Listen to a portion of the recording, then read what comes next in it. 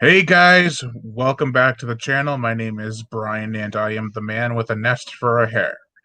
Now, I'm actually the horror show host, and today I am here with Tom from Brad for Your Health Entertainment. He has a Facebook fan page in the description below. Make sure to check him out. How's it going, Tom? What's happening, Brian? Thanks for having us. No problem. What's Uh, what's been going on with you? How you been? I haven't talked to you in what, about a month or so on face to face. I know I've been whenever I have free time, I've been trying to write and work on videos, but whenever I don't have free time, I'm working at my job and it's crazy hours. Yeah, man, I saw your Tremors review. That's pretty cool. Thanks. It got me thinking about Kevin Bacon though, the first one. Did you see that Mill Creek Entertainment is HDing the crap out of Flatliners, the 1990 cult classic by the late Joel Really? Schumacher? Um, I didn't see that, but I did see that Arrow Video is putting out a stellar Tremors package. All 7 films, right? There's the first one. That first movie, man, that's just graboids, man. Simple enough. Graboids. Graboids, worms underground. I tuned out with Tremors after the fourth one. I haven't watched the ones with Jamie Kennedy or John John Heder. Heaters. Yeah, I Yeah. haven't. I just haven't had time. Well, I haven't reviewed those ones yet. Actually, I have reviewed the first four. I plan to record my reviews for 5, 6, and 7, hopefully tomorrow, and have them up soon. Should Have I you give? have you seen the Michael Gross videos that he's posted about? Yeah, Yeah, yeah. That's all I'm gonna say. They're funny. That's they're funny, but funny. it's Yeah, yeah. I don't think he's really discussed it with both sides. I think he's more discussed it with one side. But that's all I'll say about I that. agree. That's all I'm gonna say. I agree. um. Oh, what else? I've been doing some new segments. Actually, I just finished editing and exporting my video for tomorrow. It's a trailer analysis, one trailer on a trailer that I did for Bone Hill Road. Nice. Yeah, it's a new idea I came up with. I don't know if it's an idea that I just came up with, but I thought it would be a cool idea for a video Give where it to me. What do you got? well, basically I have a trailer that I did back in 2018, and I decided to go back and go in my OBS, which is like a streaming thing where you can have the video in the corner. I've worked with it once before, so the second time I had to record it 3 times because I kept on messing up. So I had my trailer in the corner and I watched it and I was able to pause and play it while it was recording. Mm-hmm. And I just went through it about every 5, 10 seconds. I would point out how I did this or what's wrong or what's right with the trailer. So That's the big project. Nice. yeah, it was really easy to shoot and it was actually exported quicker than I thought it would because my exporting on my videos has been so slow. I actually bought some RAM and we're gonna try to put it some more RAM. We're gonna try to put it in my computer tomorrow. You had mentioned that you've been doing a lot of writing. You got a book coming out, Uh, you're trying to get a book out. yeah. You're writing it. Well, I actually have 3 books I'm trying to get out. Three completely different ideas, but all creature features. Nothing Uh, wrong with creature features, man. nah, and I'm actually considering very strongly about submitting them to a publisher. Legit. So no self publishing, Mm, nothing. yeah, I have quite a few friends who are um, with this publishing company, and they say it's a great company to work for. I do have my concerns though because well, I have a couple friends who don't like that company. They say they're a little weird with their rules and stuff, but kind of like how they have the rights to your book if it gets made into a movie and everything for like 10 years or something like that. But I'm not sure. Mm-hmm. I'd have to look into that a little bit more. And also, one of my friends who doesn't like the company says they're a rip-off company, so they always have stories that are ripping off other, or have stories that are ripping off other stories or movies. Now, which one do I have the rights to? You have the right to the character of Bill Nixon. I have the rights to Bill Nixon. I'm ready. It's gonna happen. I had a dream about actually shooting that movie last night, and we were just starting, and I was like, "Wow, that's further than I've gotten with any of this project." That's funny because Dunzilla and I were talking about filming the prologue to our Mummy movie that we were Yeah, you were talking. talking to me about that. Yeah, there's a few ideas we have out there. Nothing set in stone, but some people just being like, "Oh yeah, I'll help," but like I Oh don't yeah, anticipate. I don't anticipate some people falling through. yeah. I really want to actually help you guys with that because Yeah, I it's wanted to pretty tell. cool. Sorry. No, it's nothing exciting. It's pretty cool. Just I'm on page 20 and I've gone into like the I had a woman proofread it and she said Diane, great lady, Chelsea's mother actually, she's actually like an editor type person, but she says your idea is messed up, but I like your dialogue. I'm like That's I'm I think like that's a that great that's compliment. that's a great compliment. I mean, I don't want to make like I don't want to write something that's just so batshit crazy, but have Tarantino-esque dialogue. I mean, no one's dropping f-bombs every 5 seconds. It's just Yeah, or like Rob Zombie's dialogue. It's like a no. It's combination 50s between the cheese. two. It's 50s cheese. It's 50s cheese with a little I don't know, melodramatic crap. How about speaking of the books I was writing? Want me to read a short passage? Go for it, man. Let me see if I can find a good one to start off with. I'm trying to decide because I have 3 books. Okay. Well, let me just skim back to make sure that it'll make sense within context of everything I'm saying, and it doesn't sound like what the heck's going on.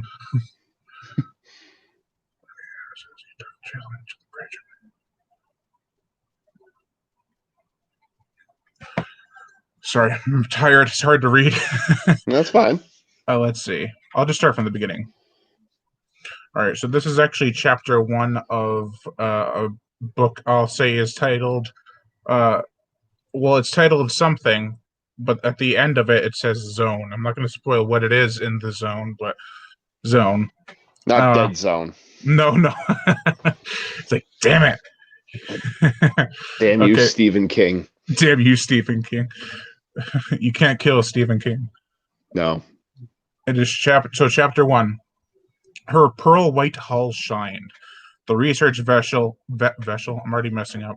The research vessel Wavelength cruised towards Heaven's Edge and its harbor. Keep in mind, this isn't edited at all. I just wrote this. Mm-hmm. It was the complete opposite of the locale. What what was just a shanty village pales in comparison to not only her size but her texture. After after combating the storm and traveling for tens of miles, she finally arrived at her destination, not a speck on her. Still, as Kelly Osborne stood at the railings on the bow, she could see the charm of the fishing community would bring, or that the fishing community would bring. She turned away from the oncoming harbor and made her way to the bridge. Inside, her two best mates, Warren Mitchell and Ben Jelani, stood at the ready. Warren was at the wheel. His gruff nature made him like a bum on the street, but in reality, he was an impeccable worker and loyal until the end. Ben looked over the controls. Of African descent, he was quite the scrawny fellow. Nothing like his father, who became a proclaimed hero overnight after hunting and killing a ferocious tiger that stalked the terrain in his homeland. Despite his father's reputation, Ben didn't like talking about it or his homeland. "How's it going, gentlemen?" Kelly asked her comrade. Kelly asked her comrades. We'll be putting in less than 5 minutes. No, we'll be pulling in less than 5 minutes. Warren answered. Good. Emily turned to Ben. Mr. Jelani, did you contact the harbor master? Tell them we'll be there shortly. Are already taken care of, boss. That's what I like to hear. Kelly looked around. Where are Rodney and Sky? Now this guy is African descent. I'm debating about having him have the African dialogue or dialect or just keeping it simple. So I do have the African dialect and it's kind of cheesy. They be down but below checking the equipment. and Ben grinned, and probably each other. Each other. Call them to the bridge, Mr. Mitchell. Aye, aye, Captain. Warren complied. He got on the horn and announced over the speaker, Hey, you two scurvy lovebirds, come to the bridge on the double. He chuckled and then added, Captain's orders. By the time the wavelength began her maneuvering into her slot, Ronnie Stone and Sky Dolan appeared in the bridge's doorway. Rodney seemed slightly miffed, but Sky appeared furious when she pulled her charcoal black hair out of her face and revealed her angry hazel eyes. What's the big idea, huh? She shouted. Don't look at me. Those were the captain's exact orders. Warren busted out as laughing as Kelly patted him on the chest. Blame me all you like, but we were supposed to have everything secure last night, Kelly said, with a slight annoyance in her tone. We did. We were just double-checking, Rodney tried explaining, and triple checking, yeah? Ben joined in on the joke again. I heard a third time's the charm. Okay, knock it off, you two, Kelly began, but in all seriousness, we do need your attendance while we're pulling into the harbor. Why? Skelly was being snotty, but unintentionally. Because you have paperwork for your equipment that is going to be hauled onto the lost. Wait, hold on. Because you had the paperwork for your equipment that is going to be hauled onto the docks last time I checked. So why can't I just give it to them after everything's squared away with you and your boat? Emily sighed. Maybe the harbor master has trust issues.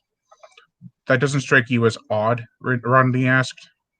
Nope, Kelly continued. In all seriousness, a community as isolated and small as this, everyone has to know everyone's business.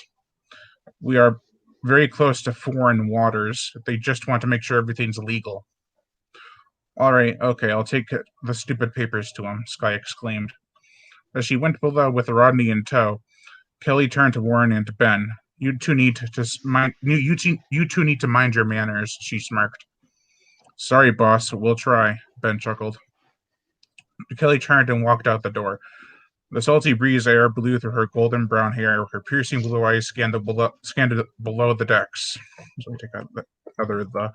Even though they were close to the docks, the water was pitch black. There was no shallow area to be seen. Everything was held together with long wood and unfathomable, never say that word, amounts of lashing and rope work. The whole community basically equated to an enormous raft. Still, Heaven's Edge was far from land. The way they came took several hours by boat. If they were to go to shore where the grass grows and the roads turn, it'd be a 40-minute ride in the opposite direction. That left the sea to consider the area somewhat between isolated and adjoining the land. That left enough sea to consider the area somewhere between isolated and adjoining the land, depending on who you asked. Carson Graves suddenly stood next to her.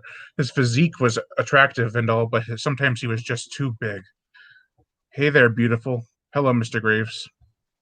You can call me Carson, babe. I don't even call my mates by their first name while on duty, let alone a scoundrel like you, babe. Listen, no need to start tension. There's enough of that around here already, Carson added. What do you mean? Kelly hated to admit it, but her interest was piqued. I mean, with you trying to get everything in tip-top shape, everyone's a bit fed up with the attitude. I see. Kelly tried to hide her dissatisfaction. There's a way I could help you with that, you know. Really? How so? Kelly asked in a mocking tone. Let's say you and I, my room, 8 o'clock tonight. Get laid, she turned away from Carson, and not by me. So what am I supposed to do? So what am I supposed to... F-U-C-K? A fish? Carson snarled. Who knows? Kelly slightly turned back towards Carson. Not enough to face him. Maybe you'll find a mermaid who's willing and ready. Carson angrily pushed himself off the rails and made his way down towards the stern end. On his way down, he violently pushed Rodney out of the way. The young man didn't even have time to speak up, even though he knew he wouldn't. Carson slipped down to the cabin below before Rodney couldn't even look back. Tough guy, huh? Kelly chuckled. Yeah, Rodney smirked while he flipped his emo haircut out of his face. I got that impression. Emily turned back to the seat. Is Sky almost done with that paperwork? Yeah, Ronnie assured her himself that he was all right. No reason to be embarrassed. She was just looking over a clipboard when I last saw her. Okay, make sure that everything is all set with Warren and his paperwork, and then report back to me. Yes, ma'am, Ronnie said as he tucked his tail into the bridge. Emily couldn't help but smile. He was a bright kid who finished first in his class at a prestigious college. She couldn't remember which one. However, his work on bioacoustics engineering and sonar radar technology was proving very helpful with their work. He helped them track down a pack of humpbacks who had supposedly gone off the grid. It turned out they were just near the readout line and had traveled into colder water. It was as simple as putting more sensors further out. 15 minutes later, and the wavelength was docked. Is it wavelength or wavelength? Or whatever. And another 10 minutes later, Sky and Warren approached Kelly with the permit documents, and the three of them walked down to the stern and climbed over the starboard side. A pudgy-looking man awaited for them at the beginning of the dock. As they approached, he couldn't take his eyes off Sky. Her, her huge breasts could barely conceal under her peach tank top. Warren gave the man a stern look, which luckily he caught. Mr. Green, I presume, Kelly stated. You can call me Otis, like that's what everyone else does. Well, Mr. Green, we have the permit for the boat and the documentation needed to establish our equipment in the harbor. All right, Miss Osborne, Kelly Osborne. You can call me whatever you want. Just take care of the things my assistant here spoke to you on the phone about. So you must be Warren, Otis chuckled. That's Mr. Mitchell to you, Sonny.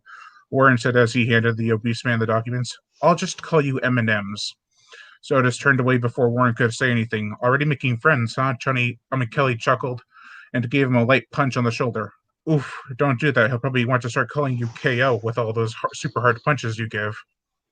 He laughed aloud. Kelly and Sky couldn't help but laugh at that one, too. I'm going to stop there. No, I like it. Your dialogue's pretty spot on. I don't know about the accent, but so this is on a ship. I'm on a ship going into the harbor and getting off the boat. That's all that happened. That's pretty, condensed, isolated enough, but makes sense. Yeah. Well, they have to get off the boat because they have to drop their stuff off in the paperwork to the harbor master. Yeah. And the thing is they're setting up equipment on the harbor, so they need to have paperwork to put that there. Now, is this a period piece or is this set in contemporary times? Yeah. But there is one thing I came up with actually tonight, where I'll spoil this, but it happens right at the beginning.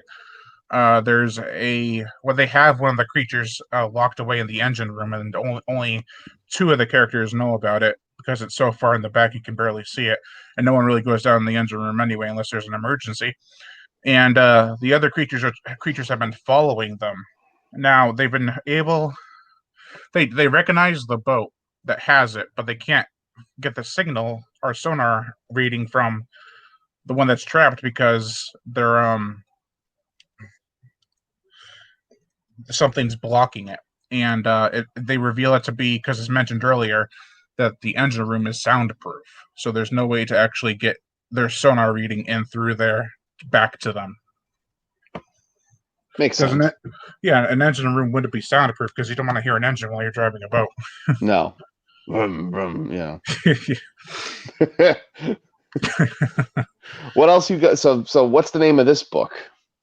I said it was Something Zone. I'm not going to spoil what it is. Oh. Something Zone. Unless you want me to. It's not a big spoiler, but it's called Shark Zone. Shark Zone, nice. Although I have a few titles. The first one I want to go with is Shark Zone. The others are Shark Frenzy and Feeding Zone. I would go the Zone one. Shark Zone or Feeding Zone? I would go Shark Zone. Yeah. Yeah. That's just me. Yeah. It sounds more rolls off the tongue better, I think. Yeah. Trying to say feeding is a lot harder than saying shark. And I could see something like Shark Zone like at a Barnes and Noble. Yeah. You know what I mean? I wrote a prologue, and I was listening to the Orca soundtrack. It's from a 1970s film called Orca. Yeah, It's actually, yeah, you know about that one? I know Orca. Yeah, It's a sad. I love the music. It's by Ennio Morricone.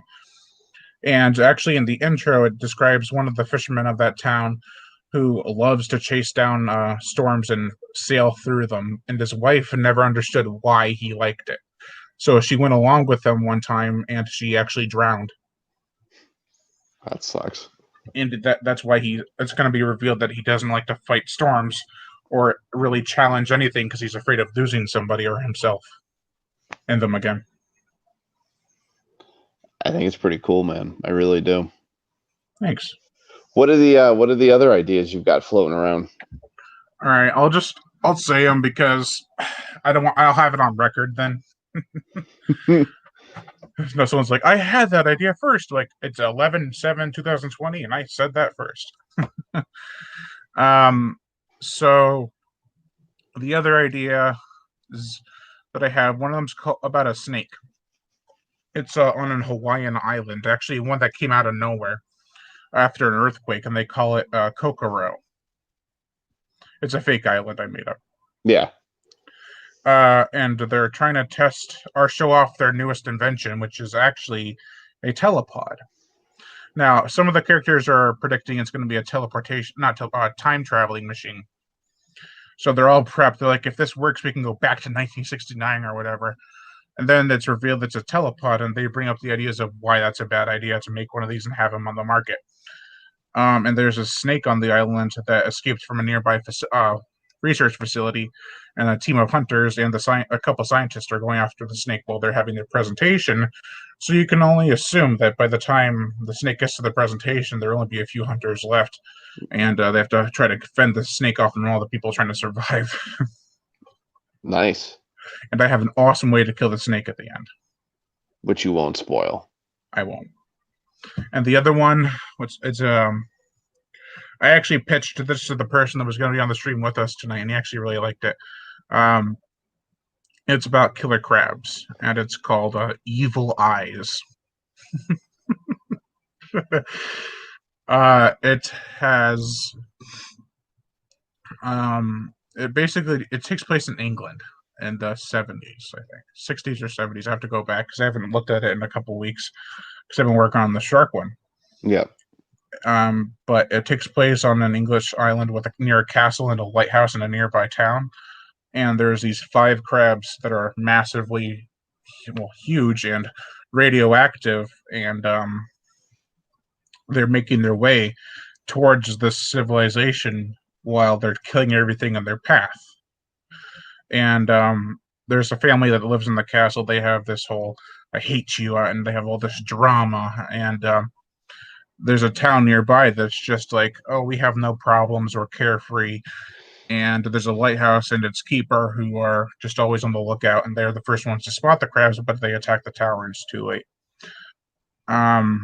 There's one character I will say that I really do want to work a lot with. Bill That's Nixon. a dog. It's a dog. I actually came up with the name. I think someone told me they had a dog named this, and I can't remember who. I asked a few people, like, did you mention you had a dog with this name? They're like, no. The name is Puddles. Puddles the dog.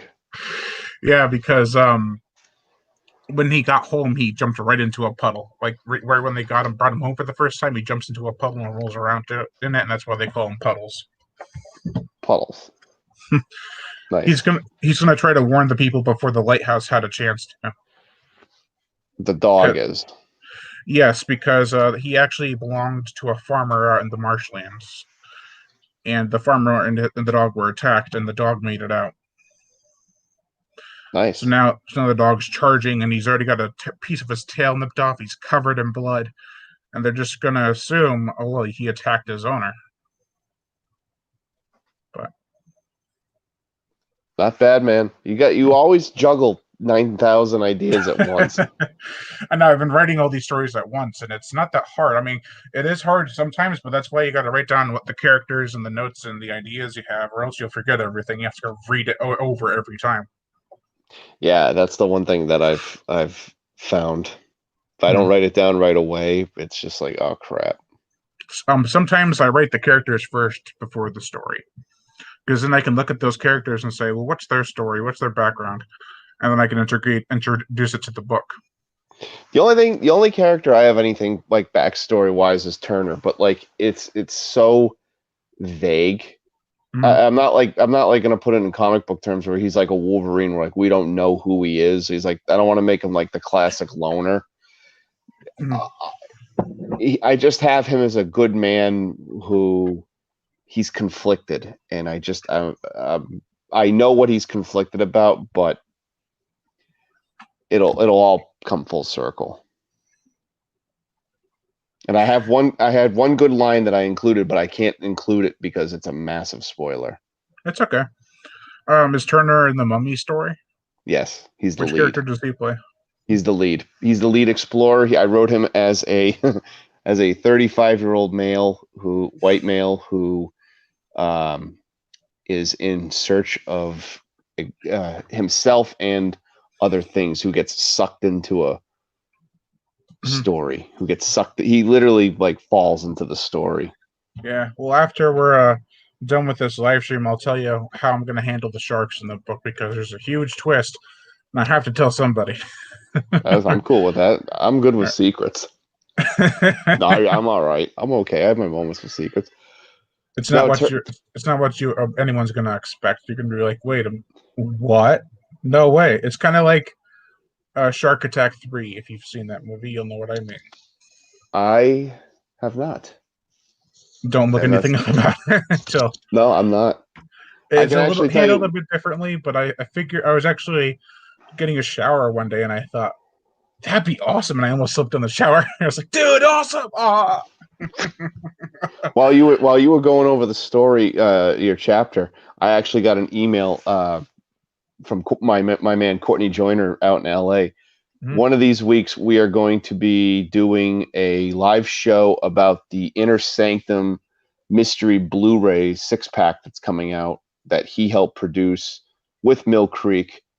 The Inner Sanctum mysteries were 6 movies made in 1943, between 1943 and 1945, all starring Lon Chaney Jr. He worked on those? He worked on the restoration and. Oh, okay. I was like, wait a minute, how old is this? Yeah, he worked on the restoration and the release that Mill Creek had. The 6 films, I can't name them all. I'm gonna try. Calling Dr. Death, The Wasp Woman, The Frozen Ghost. I've seen The Wasp Woman. And I may have screwed up the title. Strange Confessions. It's the only 4 I can remember right now. Wasn't the Wasp Woman a ripoff of The Fly, or is that the other way around? I think it's something different. Strange Woman, that's what it's called. Strange Woman, not Wasp Woman. What the hell did I say? Wasp Woman. No, they're not horror. They're not horror movies. They're little mystery movies that came out in the 40s. So they all starred Lon Chaney, who was hot, obviously after The Wolf Man. I mean, I would be too underneath all that fur.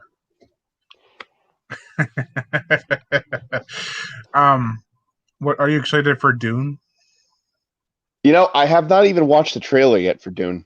I have a couple times. It looks pretty cool. I haven't seen the original. I haven't read any of the books. So I was like, let me check out this trailer. Well, the original, I like the original. I actually heard a story from not from Patrick Stewart, like he told me. I saw an interview with Patrick Stewart, and it was a funny story that he said that he was filming it, and I'm trying to remember who the lead is. I think Kyle MacLachlan's the lead, and Sting is in the movie, the wrestler. Yeah. The singer, the musician, real name Gordon Sumner. That's actually Sting's real name. I'd go by Sting too. And yeah, Gordon Sumner is actually a pretty cool name. Gordon Sumner is actually a pretty cool name, but Sting's pretty. Is it Summoner or Sumner? Sumner. Oh, okay, never mind. Sumner, Gordon Sumner. And okay. I got another side story about that in a second. But Patrick Stewart had no clue who Sting was. Not a clue. But he had heard Sting's coming on set. Sting, and then Sting shows up and Patrick Stewart. Mind you, this is pre-next gen Patrick Stewart. Yeah. He was That like, was like late 80s. This was like yeah. early 80s. So he's like, "You're a musician," and this thing was like, "Yeah." Well, what do you play? Bass. And he goes, "It's awfully heavy, is it?" And I guess I don't know if they became friends or anything, but it was just sort of like Patrick Stewart being awkward about meeting Sting. Isn't Sting the singer? I'm trying to remember. Sting was the singer of the Police. Yeah, Yeah. he Okay. Yeah. he hadn't Oh, the had a police. bunch of That's right. hits yet. Oh, yeah. It's Yeah, been a long day. Every Breath You Take and all the 5 Yeah. albums they did. Everything You Do Is Magic. Message in a Bottle. I actually Rick listened to Rocks, the man. police a lot. I can't believe I totally blanked on who Sting exactly was. Oh, dude, they're a great band. They're Absolutely very. great band. I actually told a couple people this. Like I consider them reggae pop rock. And I they're buy like, that 100%. yeah, They they're were like, reggae wait, pop punk yeah, rock. that makes total sense. Reggae pop punk rock. Because I think in Outlandish the More and I can't remember all the names of their album. The album that had Regatta de Blanc. I don't even know if that's the name of the album. That was very punk. I think I've only heard Synchronicity 2 with all That those popular songs. that was their last album they did. That came out in '83. Yep, that was their last album. That was the last album the Police. What a way to go out. They didn't break up. The thing with the Police was that Sting and Stuart Copeland I guess they didn't get along very well, and Sting wanted to branch off and do the solo act, which obviously he did. But they did get back together briefly in 1986, and they re-recorded "Don't Stand So Close to Me" and the "Do Do Do Da Da Da." I love that song. And was Steve the bassist, guitarist, or electric guitarist, or drummer? Sting? No, Steve. Stewart. Sorry. Stuart Copeland was the drummer. Okay. Andy Summers was the guitarist. See, I'm great at remembering horror movies, but when it comes to people's names, I have to write everything down. No, the Police are awesome. I love when they got back together in 08. Isn't that right, Todd? He's like, shut up, Brian. Who's Todd? I was kidding. Oh, my bad. Hey, you're not the only one that's had a long day, man. Oh, I know. My eyes. I look like I'm Asian. I'm so tired. No, I work today, and then it's actually Donzilla's daughter's birthday, so happy birthday to Ella. She turned 2. Oh, wow. It's like... It's a crazy age. It's when you're almost exiting toddler years. It just feels like yesterday she was born, man. It's just I know. Time just goes by so fast. One of my cousins just turned 17, I think. And I can still remember when I was 10 and I was listening to him in my aunt's belly. Like I was listening to her belly and could hear him kicking. Kid I know is a sophomore in college. I remember when the freaking kid was born. I was like, man, oh man. Yeah, I actually told someone, they asked how old I was. I said, I'm 26. And they're like, okay. Like, wait, no, I'm 27. I was like, shit, I totally forgot because I had to do the math for a minute. I was like, I was born in 93. Yeah, I'm 27. Okay. Yeah, I'm 27. So now, going back for a second. Yeah, that's the big thing. On November 17th, the Inner Sanctum Mysteries Blu-rays come out, and I'm gonna watch all 6 movies and then do a live show with Courtney Joyner. I don't know if Shane Bitterling is going to join us. Donzilla probably will not be able to join us because I think he's got something going on. Yeah. Obviously, because it's so close to Thanksgiving, but that'll be a good little thing. I find that everyone I've talked to, most people I talk to, I should say, who have a say in the movie business, like I get to interview them, then they stop talking to me. I'm like, oh, what? Like, have you talked to John Pogue? No. Well, I didn't. I emailed him when I had the interview out, and then he didn't say anything. And then I added him on Twitter and Facebook. Oh, no, I mean on Facebook, and he hasn't been on, so I don't know. The only, for Bad for Your Health, the only 2 that we've got have been Joyner, and he and I hit it off very well. I mean, obviously doing. How many hours did he and I go at it? That one? I think it was 3 or 4. Well, we talked for 3 hours about everything, and then we've done a 2-hour episodes. So 7 hours it's pretty cool. That's pretty impressive. I was happy to get an hour with John Pogue. I was like, dude, this is awesome.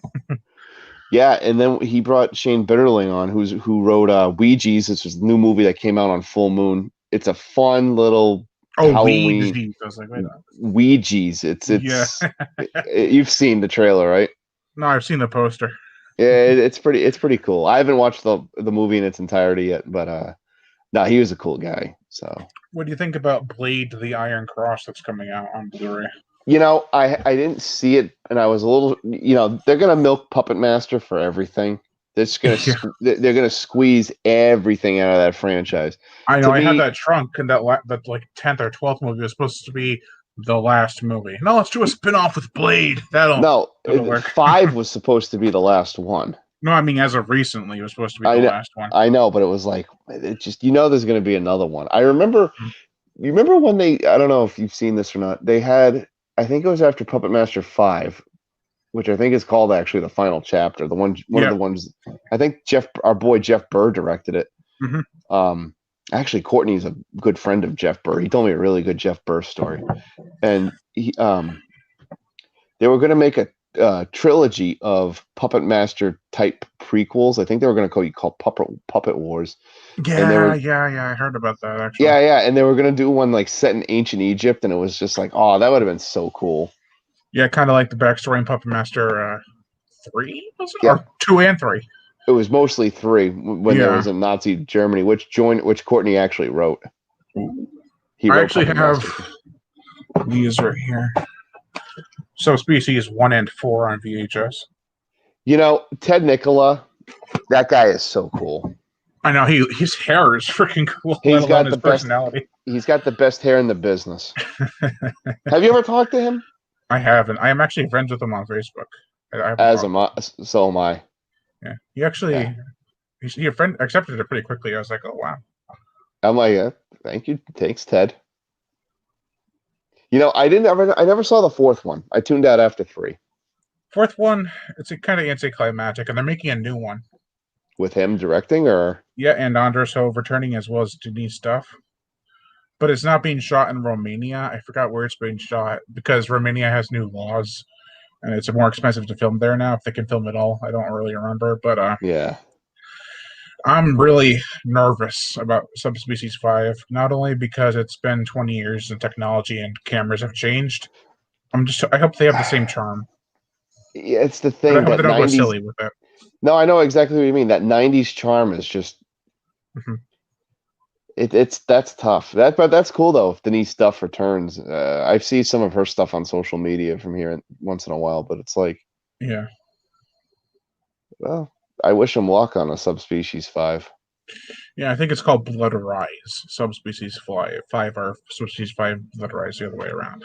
I saw that. Well, when I talked to Joyner, he directed Lurking Fear, and he said filming in Romania was obviously done for budgetary constraints. Full Moon had easier access to that, and that was when Charlie Band was not directing as much because he was running the Full Moon studio. Yeah. I know that. I think they struck the deal with Paramount right away too, right? Like in the late 80s, like 89 or 90. Well, that was one of the reasons why Full Moon actually had success, because they had the video distribution with Paramount. Yeah, the Empire Pictures folded because they were releasing the movies theatrically and they weren't making money. Yeah, but the thing with Empire was that after Empire folded, obviously Full Moon and Charlie just took a lot of the franchise. He took Puppet Master, Trancers, and such. Yeah, I like that they did that because they could have easily been like, yeah, we're going to abandon those franchises. No, they saw their potential. I was actually very happy to see that Pulse Pounders, the 3 short anthologies. Oh, you have the sci-fi? Yeah, I was so happy to finally see that because I had heard stories about that for a long time, and the only one that I bought was City of Angels, the Trancers one. Okay. I actually have a friend who owes me the Trancers box set because I bought it off him, but he's been so busy with school we haven't even been able to get together. But the DVD set? Yeah. It's only got the first 5. It doesn't have 6. That's all right. Yeah. 6. I don't hate 6. I don't hate 6, but it's not my favorite. Yeah, I could easily just get that one and put it next to it. Yeah. I rank the Transformers movies 6, 2, 6, 2, 5, 4, 3, 1. What's the one? Oh, have you ever seen Dragon World? I think. I never saw the Full Moon one. I never got into any of the Dragon movies. No. It was Moonbeam. Never got into Moonbeam or their. Pre-Hysteria. Come on now. They had that, and they had the softcore porno line. I never. No, they had Moonbeam, the softcore porn one. They had Touchlight or whatever. Touchlight, and no, Touchlight wasn't their company. That was actually a bigger company. Oh yeah. And they had what's Pulse Pounders and Full Moon. But I actually watched Dragon World. I really think it's called Dragon World, from 1994, 5, maybe even earlier. And they had this huge animatronic dragon, and there's some CGI at the end that was actually kind of cool. But it was like, it's a really sad movie at first. It has to do with a kid who comes to, I think it's Romania, to be honest, but I don't know. Like, he comes to Romania after his parents died in a car accident because they were hit by a drunk driver. And on the way to the castle that his grandfather lives in, the grandfather takes out a bottle of bourbon or whatever UK or Romanian drink they have. And he's like, that's the guy who killed my parents was drunk. And he's like, the hell with it. And he throws it out the window. I was like, oh, that's sad. But then he finds his baby dragon. And eventually he grows up, and so does the dragon. I remember a trailer for it. It was, I think, on the VHS 4, Transformers 4. Yeah, I used to love that movie. I actually saw it when I was a kid. Like, I was really little, as well as Pre-Hysteria 1 and 2. I didn't see the third one until... Actually, I haven't seen the third one. But I remember loving Pre-Hysteria. And actually, the kid in Pre-Hysteria 2 was the same kid from Phantasm 3. That's right. Mm-hmm. I didn't know that until recently, because I actually watched Phantasm 1, 2, and 3. We're going to watch 4 and 5 next, so I can have them. Okay, I have to make an announcement. I am so far behind on Shocktober that I am actually going to push it to December and just put all the videos out at the end of there. And then I'm going to have all my reviews for Shocktober 2 all set and ready, hopefully by mid-year next year, and have them all set for October, because this was just ridiculous. Yeah, October, so last minute. October was a crazy month. Yeah, and it was all just so last minute. Yeah. I shouldn't have done it, but I did. Yeah. We had a couple episodes we just never could do because we were just busy. Yeah, I have like a quarter of the reviews I had planned done. And I have some thumbnails that I have to redo now because it says Shocktober, and then I got to change it to Shocktober 2 and push it till next year. It happens.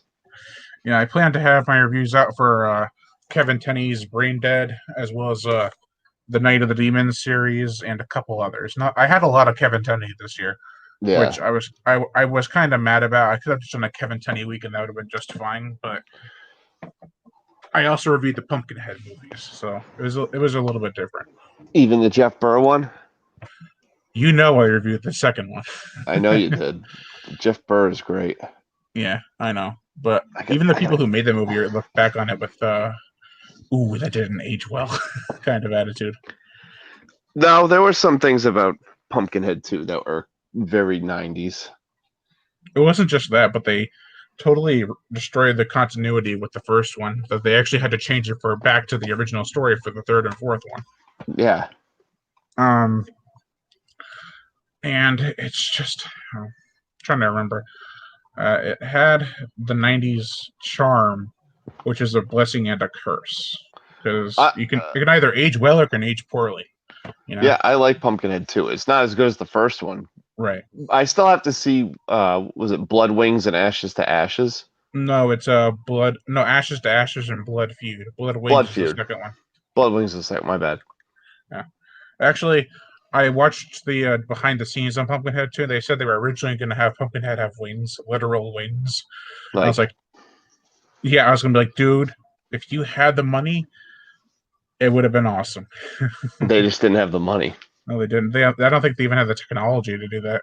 They probably would have had to do stop animation and stuff. I still wish we had done Jeff Burr week. I really do.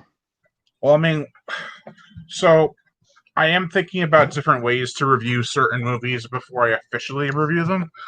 Actually, I did one today. Today, for Anthropophagus. It was my initial watch, and I actually did a video on it, talking about what my first impressions are. So it's not impossible to do a Jeff Burr week. It's just impossible to do it with my official reviewing style. But I could do. I'm thinking like a live stream for each movie. That I would do it like this, and we would just Yeah. tear them apart or praise them. Yeah. So that could work. I've seen Jeff Burr's interviews like that he has done. He seems like a very gracious and kind dude. Yeah, he also seems like he's disappointed in Pumpkinhead too. Yeah, that was one thing I saw. I saw on the Shout release one of the behind the scenes. Like he like it just didn't live up to his expectations. Yeah, I think it was originally supposed to be a continuation of the first movie, or at least had the same storyline. Yeah, but like follow the rules, but they changed it. Now, did Lance Henriksen have a big role in the 3 and 4? So he had a bigger role in 4. He's actually an apparition in those movies. Well, yeah, because he's dead. Yeah, Ed Harley. Spoiler. But I actually, if I were to rank the Pumpkinhead movies, which I did, and I still firmly believe this, it'd go from worst to best, 2, 3, 4, 1. Because it's not just the continuity, but so it's hard to pick between 3 and 2, to be honest. 3 feels immature. It feels unexperienced. It feels rushed. It looks ugly. I mean, that's also a blessing and a curse because it looks rustic, which has a nice Halloween time flair or fall season flair, but it doesn't look good. It looks it was shot and released in 360p or 480p, so it has a very low quality to it. It's got that like shitty VHS feel. No, that's more like 144 or 240p.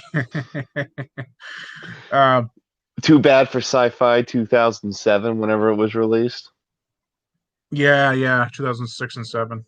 Yeah. Pumpkinhead 4 feels like it was a more realized idea. Like they wanted to continue 1 to 3 and make it actually flow nicely. Yeah. Which they did in some regards because they brought Bud back, played by a different actor, but still it's the same character who's the boy in the first one. Mm-hmm. So I'm not the little boy of Lance Henriksen's character. It was the guy who was trying to help the teenagers. No, I got you. I watched Pumpkinhead 1 maybe about 3 months ago. Yeah, I did too.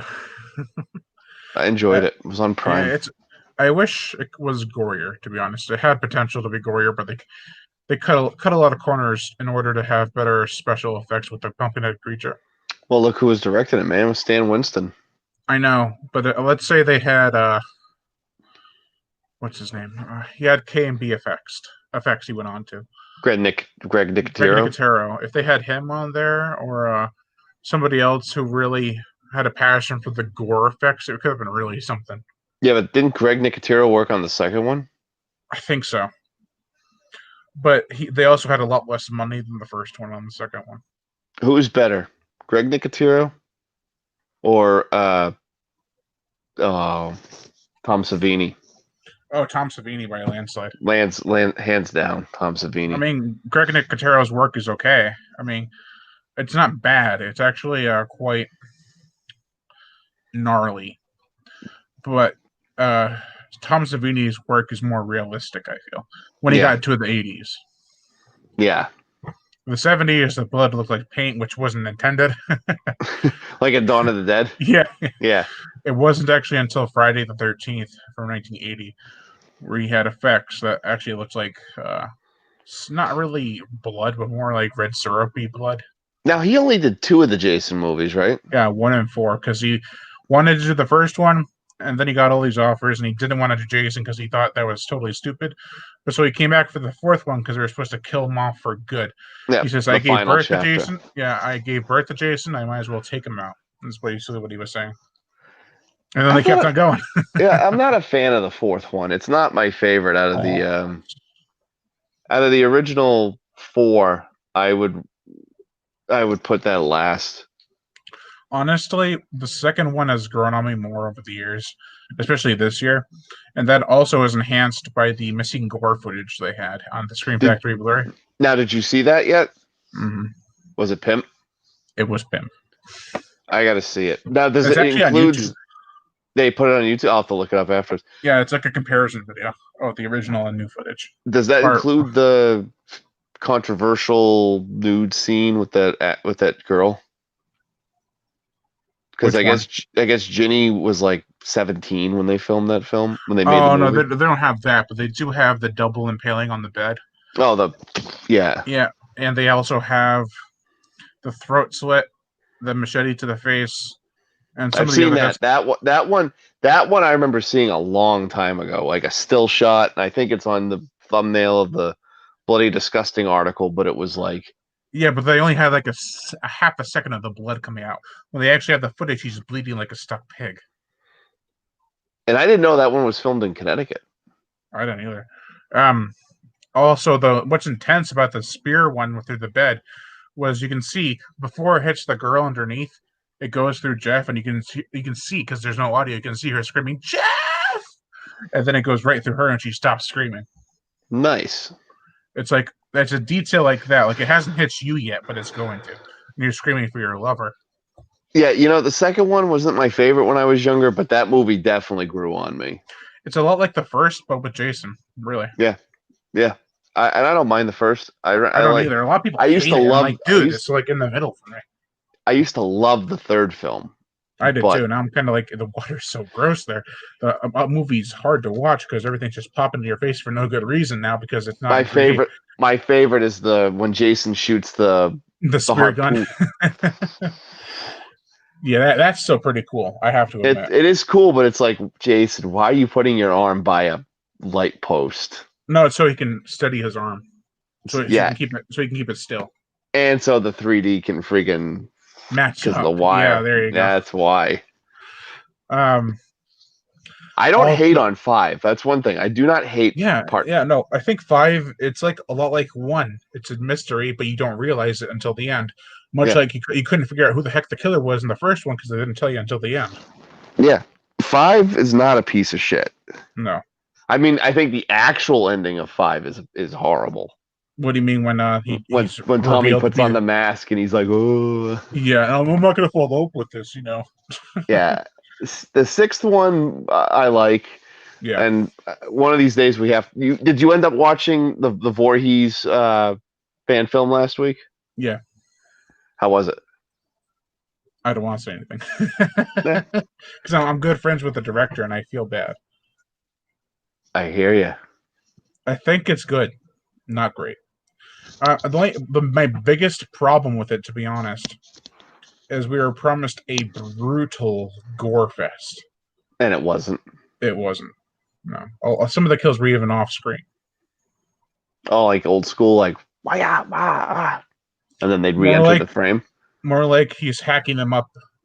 Like someone's down on the ground, he's hacking them up, but all you see is him hacking them up. You don't see the actual body being hacked. I gotcha.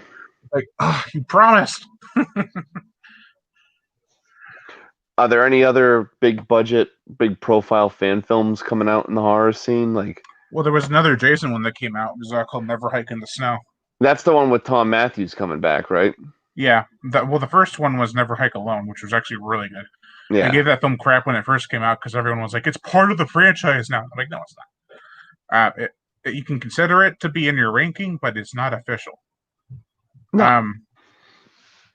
But people are like, it's an official part of the franchise. It should be put in there, and they should take this movie out and put Never Hike Alone in there instead. Like, you're the same people who complained about putting Halloween 2018 in the box set from Scream Factory and taking out Halloween Resurrection or whatever. Yeah. It's like, no, they're there for a reason. They are part of the franchise.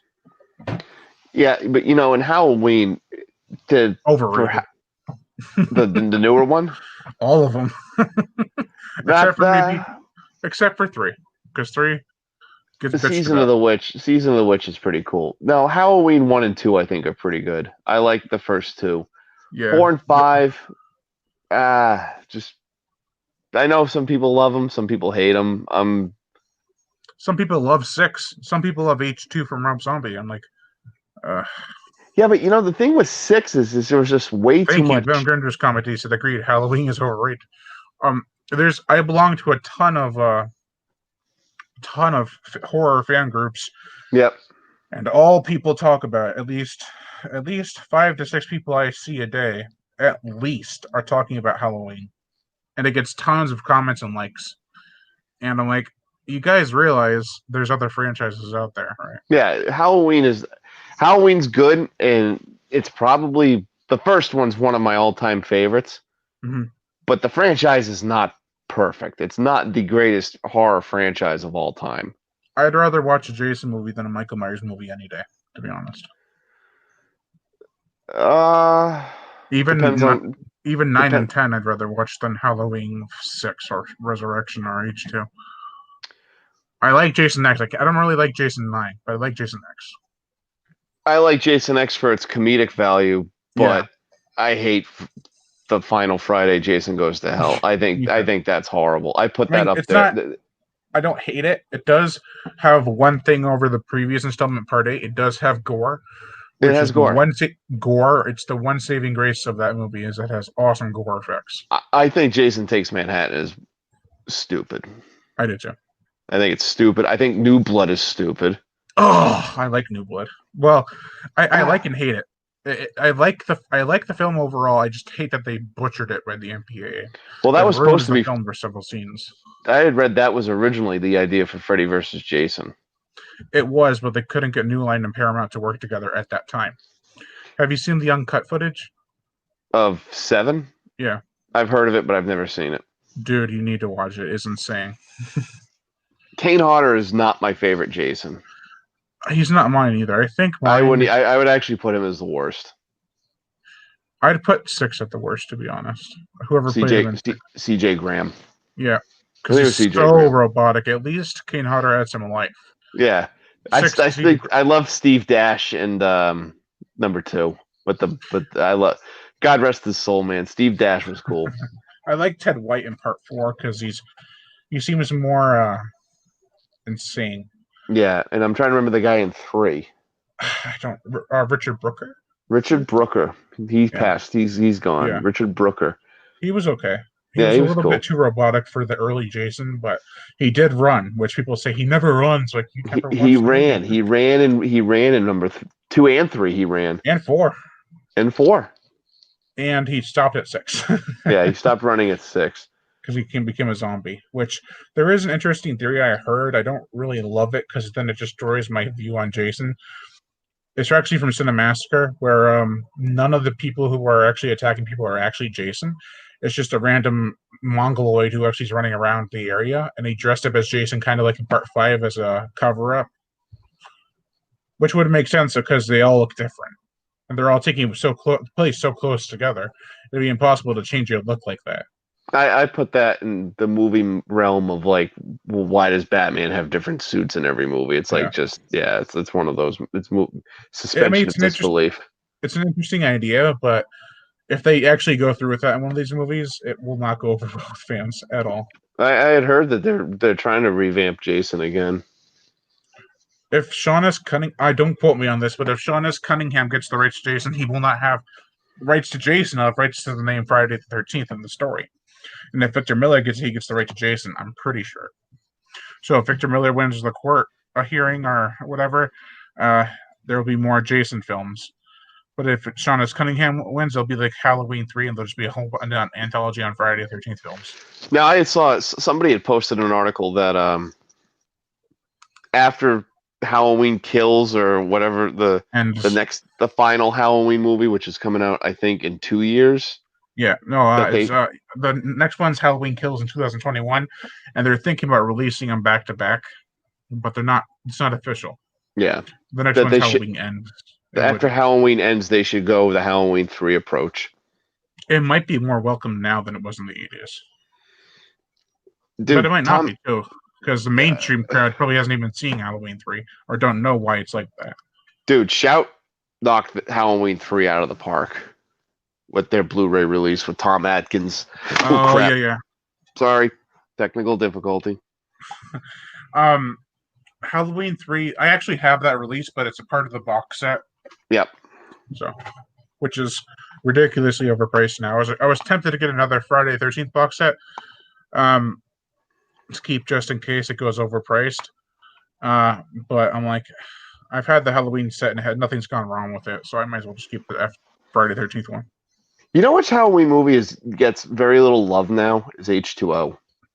I know. H2O gets very little love, and obviously it's not part of the continuity now. It is. I mean, no, not now, but it was. It was, and it was like a major part, you know. Mm-hmm. And then Halloween Resurrection totally screwed that up.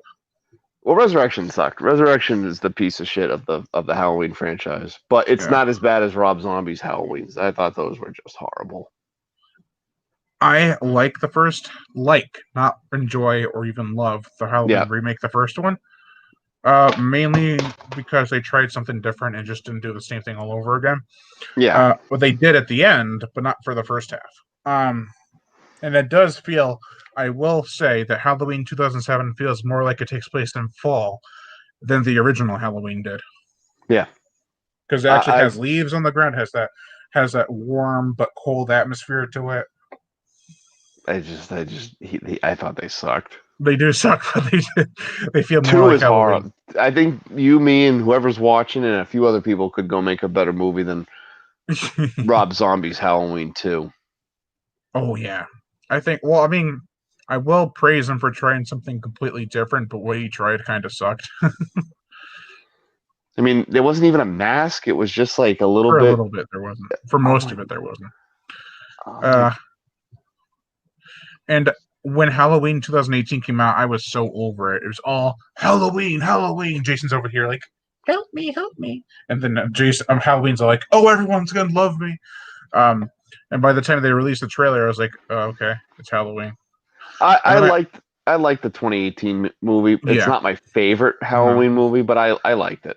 Dude, people praised the living hell out of that movie.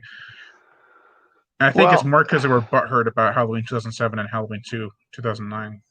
Well, you kill your lead, Jamie Lee, revamp it, and your revamp sucks so bad, you got to bring your lead back in a new continuity.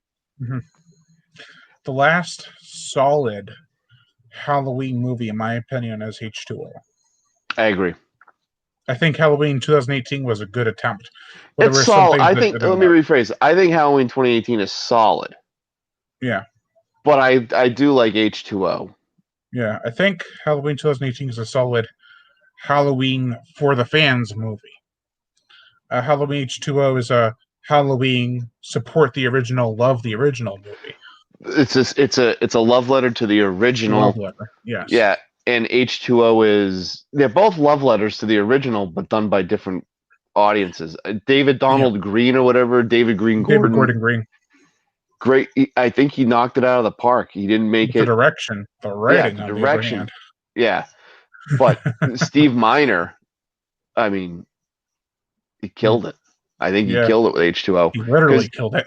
Yeah, he literally killed it. Like, there should never have been a resurrection. Hey, did you see the horror book that was about Michael Myers? They were talking about, I forget who the hell did it. It was like all the attempted Halloween sequels that they were going to make.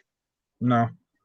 There's a book. I don't know who wrote it. It is like 35 attempted Halloween sequels that the studios never made.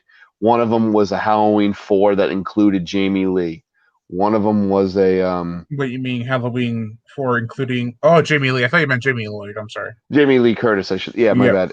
But like all the movies that had been written or at least perhaps went into some sort of pre-production. One of them, there's a couple that I thought were really out there, like bad. Like, let's just be grateful these never got made. Sequels to Resurrection. a Halloween Pinhead crossover. Oh yeah, Hello, well that I could see Freddy versus Jason versus Pinhead versus Ash. I can't see Michael Myers fighting Freddy Pinhead. Krueger because Michael Myers in and of himself is a nightmare. I had heard that Robert Englund at one point wanted to do Freddy versus Michael, I but mean, under the pretense that Jamie Lee came back. But the only one yeah, I could see Michael fighting is if they Leatherface ever or is Leatherface, yeah, because he's immortal. and they've never met, and I don't know who owns rights to whatever. But Leatherface has its own problems now. Lionsgate has the rights to Texas Chainsaw Massacre right now. What about you heard about Leatherface? They fired the two directors. They fired the direct. They It was so bad about they fired him. a month into the filming and they shit canned the director. Yeah. That's What's bad. it called now? Is it called Texas Chainsaw again? I think it's just Texas. I think it's just Texas Chainsaw. It has a subtitle. I just don't know what it is. I think it's actually Texas Chainsaw Massacre without the at the beginning. It's like, wow, how many more ways can you say that title? Like Fast and Furious. Yeah, or F9 or Fast 9 or whatever it was. Yeah, it's like, come on now. I think the only way you can have another Freddy versus Jason movie is if you include Ash, because he'll be like the moderator between the two at that point. The Because comic books that they did was really awesome. Yeah, and also they had Ash, the Necronomicon brought up in the god awful Jason Goes to Hell. Yeah, and that now it's canon. It's kind of like Alien versus Predator, where Predator 2 they saw the xenomorph skull on the wall next to the T-Rex, which was like the greatest Easter egg of all time. Yeah. Oh man, that was actually way before Jurassic Park, which is really weird. Yeah, like 3 whole years before Jurassic Park. Yeah, but the crap thing is that now Marvel and Disney have Alien and Predator. Not necessarily. I read of something where Disney's going to give Fox the rights to the R-rated stuff or the hardcore stuff back, and Fox is still releasing movies. Yeah, it's just under the Disney label. Yeah, so it's not impossible for Fox to release another R-rated Predator or Alien movie. Or the other thing I heard was they're selling the rights to somebody else, which is a smart move. Yeah, but Marvel Comics is already going to feature Alien and Predator. Of course they are. They own everything. Yeah. Like Disney. Well, they already released pictures. One was an alien on a spaceship drawn by David Finch, and then the other one had Predator. Director of Alien 3? No. David Finch, the comic artist. Oh, I thought you meant David Fincher. Sorry. No, David Fincher's cool. But then the other one was Predator with Iron Man's helmet crushed. They already tried that shit in the Predator at the end because it's from the director of Iron Man 3. Dude, forget Shane Black, dude. He sucks. I know. He does. And so does the Predator. Oh my god. Worst Predator movie ever, in my opinion. The new one, the one that came out last year, a couple of years ago. 2 years ago, yeah. Worst Predator movie ever. I think it's the worst Predator movie, even over Alien versus Predator Requiem. If I had to rank the Predator movies, dude, I go 1, 2. And we're from worst to best or best to worst? Best to worst. I'll go worst to best. Worst to best. Right. The Predator, Alien versus Predator Requiem, Alien versus Predator, Predators, Predator 2, Predator. So I haven't seen Predator 2 in a lot of many years, but I do remember it quite well because I've watched videos on it. So I'd have to say, from worst to best, Predator 2018, Alien versus Predator, Alien versus Predator Requiem, which is a universally hated movie, but I kind of find some B-movie enjoyment out of it. So many great ideas they had for that freaking movie, like bringing Adam Baldwin back. If they had just brought Adam Baldwin back for that one scene, I think I would have enjoyed the movie a lot better. And then it would go Predator 2, Predators, and Predator. Wasn't Danny Glover at one point asked to be in Requiem? I don't know. That was so long ago. Oh, it's like... That was like 13 years ago now. I know, and I remember that came out on Christmas Day. I know. I was actually in the hospital at that time, and I couldn't go see it. I was like, oh, I've been loving the trailers, and gonna finally go see it. And then, wait, what do you mean I can't go see it? The Pred Alien. I was like, great ideas, just the No, Brothers it was Strauss. a great idea in the movie. You just couldn't see the damn thing. Yeah, the Brothers Strauss. Have they done anything since? No, but they did Skyline, which they're making a third one Oh now. yeah, that movie with Eric Balfour. yeah. Good movie.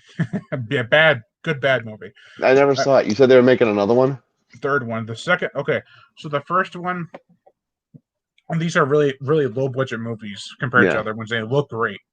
But the first one is in Los Angeles, and the aliens came down. They sucked up hundreds of people at a time, which was really freaking cool, especially for the trailers. And then the ending left people divided, more so on the hated side. I love the ending. And then the second one, it's like a freaking roller coaster. It's nonstop action throughout. And you get no character development. You don't care about anyone because they all die in like 10 minutes unless you're the main character. Now the third one comes out, and it's like if Independence Day Resurgence actually got a sequel. I'll say that Okay. because based on the ending of Independence Day Resurgence. Let's go kick ass. Please no. That's what they said. Anyone else say that?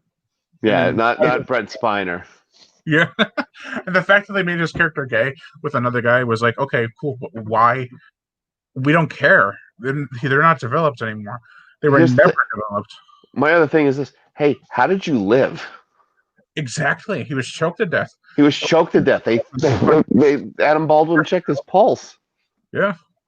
He must have had a very, very faint pulse. It was like, fuck you, fuck you, fuck you. Yeah. Dr. Oaken. Oaken. I mean, he was actually good in the first one, but the second one, I was like, what the hell? Dude, he was great in the first movie. The first Independence Day is awesome.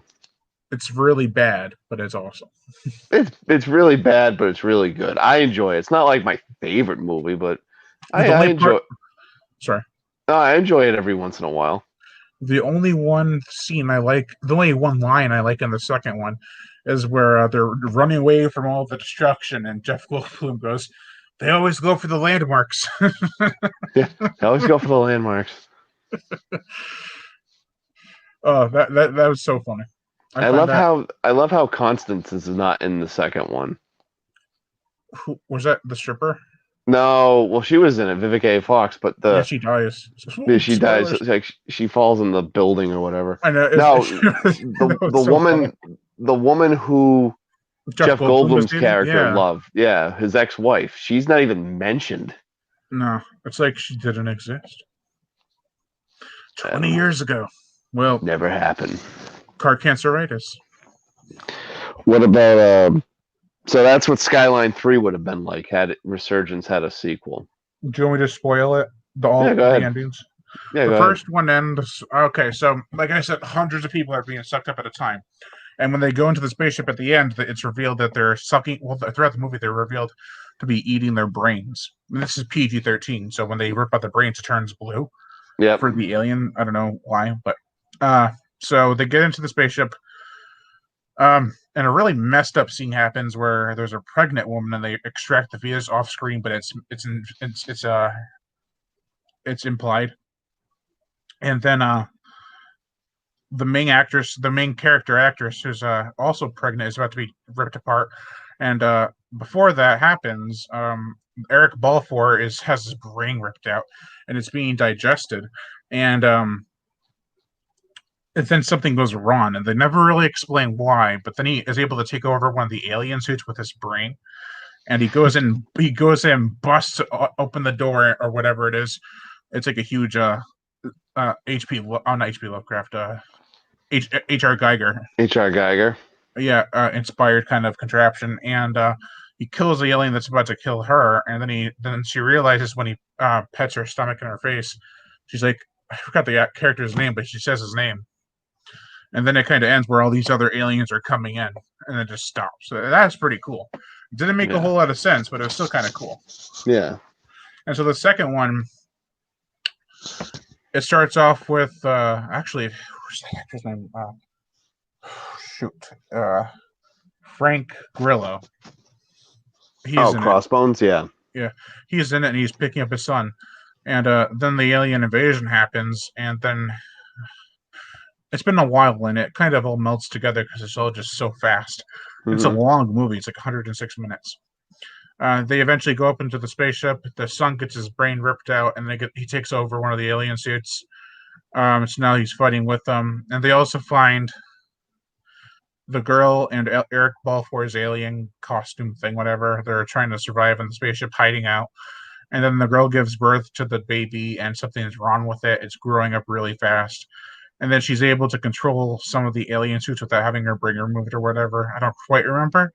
So at the end of the movie, it's revealed that they hacked one of the spaceships, and now she's going off to face them at the end of on their own turf with their technology. The baby that grew up, I mean. Yeah. So it's like Independence Day Resurgence if it was continued. Well, thank God we're not getting Independence Day 3. At the end of it, at Independence Day 3, it'd be like, okay, let's go back. Yeah, we're going back to Earth. Yeah. We're going to go back to... Oh, my God. Oh, that'd be so bad. What, in 20 years, who knows?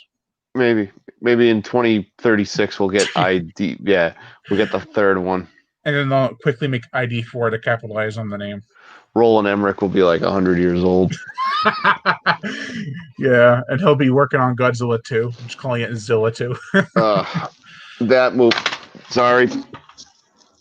I'm alive. I see a staple. That's where it went. Ah, he'll be back. It's just you clicked the wrong button.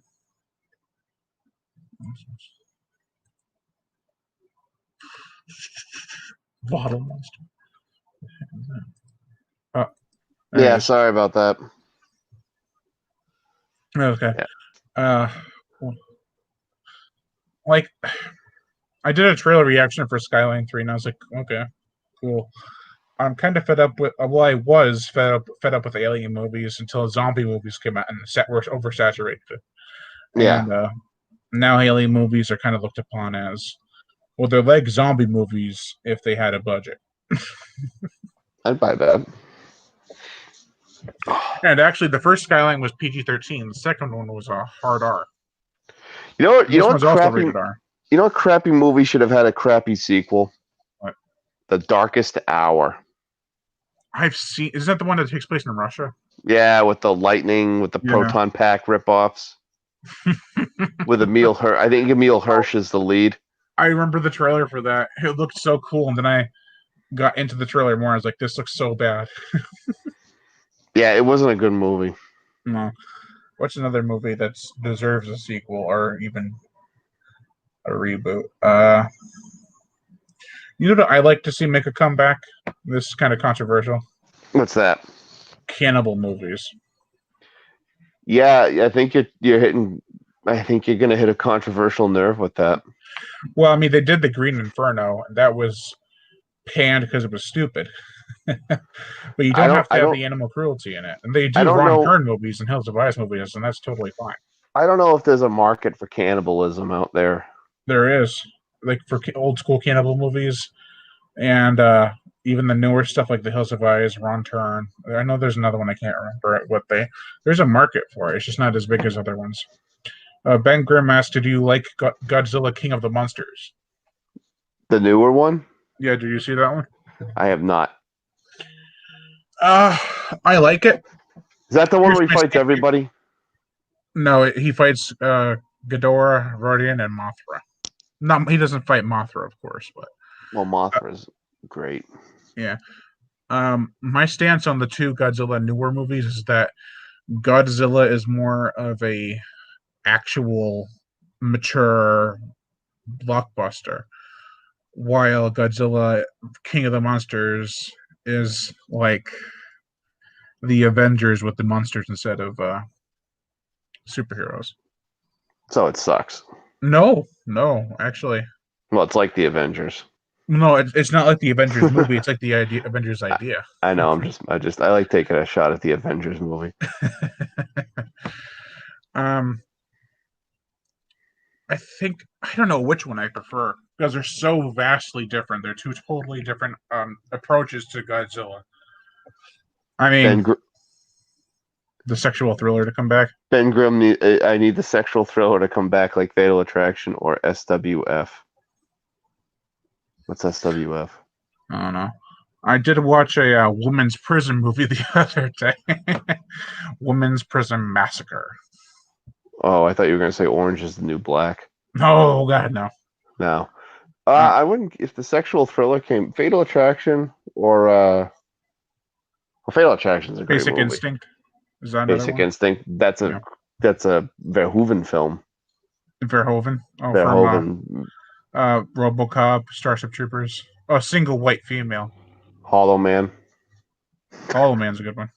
Hollow Man's Flesh Kevin and Blood. Bacon. What? Verhoeven did Flesh and Blood. Yeah. I've only seen Starship Troopers and RoboCop of his works, which are both excellent movies. I'm always still amazed by Starship Troopers effects. It was so realistic for 1997. I'm amazed that movie has had such a huge lifespan because I don't think it's that great, but I agree. It's not great. No, it's not RoboCop great. No, RoboCop is a great movie. Yeah, Starship Troopers is more of a political message than RoboCop ever will be. I'll buy that. Because the whole movie's a campaign ad. It's a campaign ad for something that doesn't exist. I'll buy that for $1.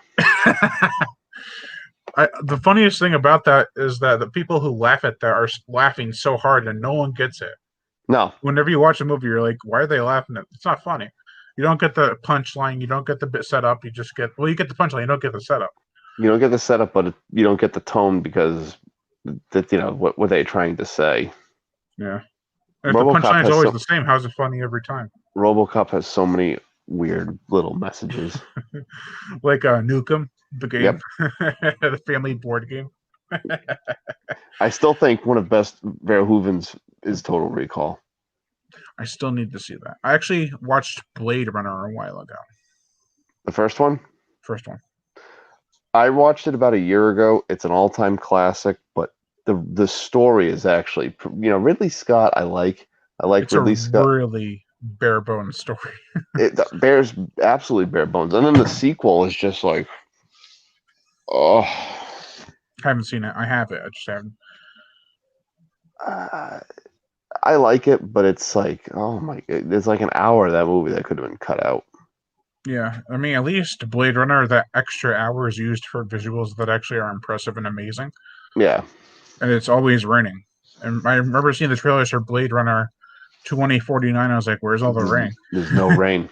It's you're taking out a key point of that film's visual style there. That was a big thing with Blade Runner, was always raining. Yeah. It just shows the grimness. Except in the actual theatrical ending. Isn't that the one where they just drive off into the country? Yep. It totally destroys the tone. I guess one of the original endings was they were going to drive off and they were going to be by a lake and he was going to shoot her. Yeah. I remember the commentary cut where Harrison Ford's just talking over the whole thing and he did it like he didn't give a shit. Yeah. It's like you're not going to really use this tape, right? We actually used it. He's like, Gaff and let her live. I think that he realized that she was a human too. I'm like, wow. I've only seen the final cut. Which one do you think's the best? Probably the final cut. Overall, I don't know. I need to go back and watch the director's cut because there's 5 different versions of Blade Runner. I know. It's kind of like Aliens. There's like 2 or 3. No, but that's the theatrical work print, international director's cut, final cut. Yeah. And I like the final cut. I like the final cut. Yeah. I watched it with my brother and he tuned out like 30 minutes. And he's like, I don't get what's going on. Like, you're not really supposed to be paying attention to what's going on as much as we're trying to watch for the visuals. Yeah. I had read that was not supposed to be Harrison Ford. Who was it supposed to be? I had read a story where they actually approached Dustin Hoffman. Oh yeah, I heard about that. Do you ever watch a guy named Razorfist? No. Oh man, he did this like hour-long, in-depth look into Blade Runner, and it is awesome. I'll write it down. Yeah, here I'll give you the link. I right. love his stuff. He's an asshole, but he's like that kind of asshole that deserves to be an asshole. Does he rip? Does he rip Blade Runner apart? No, he loves Blade Runner. He hates the sequel, but he loves the first one.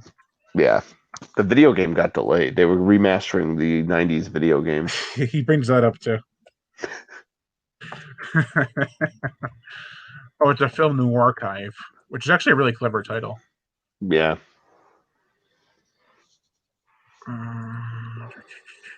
Trying to find. Yeah, there it is. Okay, I'll send it to you. Right. It's like an hour 16, but it's really worth a watch. Yeah, I'll watch it tonight. Or an hour 10, I'm sorry. People say that this New Archive should have been on some of the Blu-ray releases because it was so good.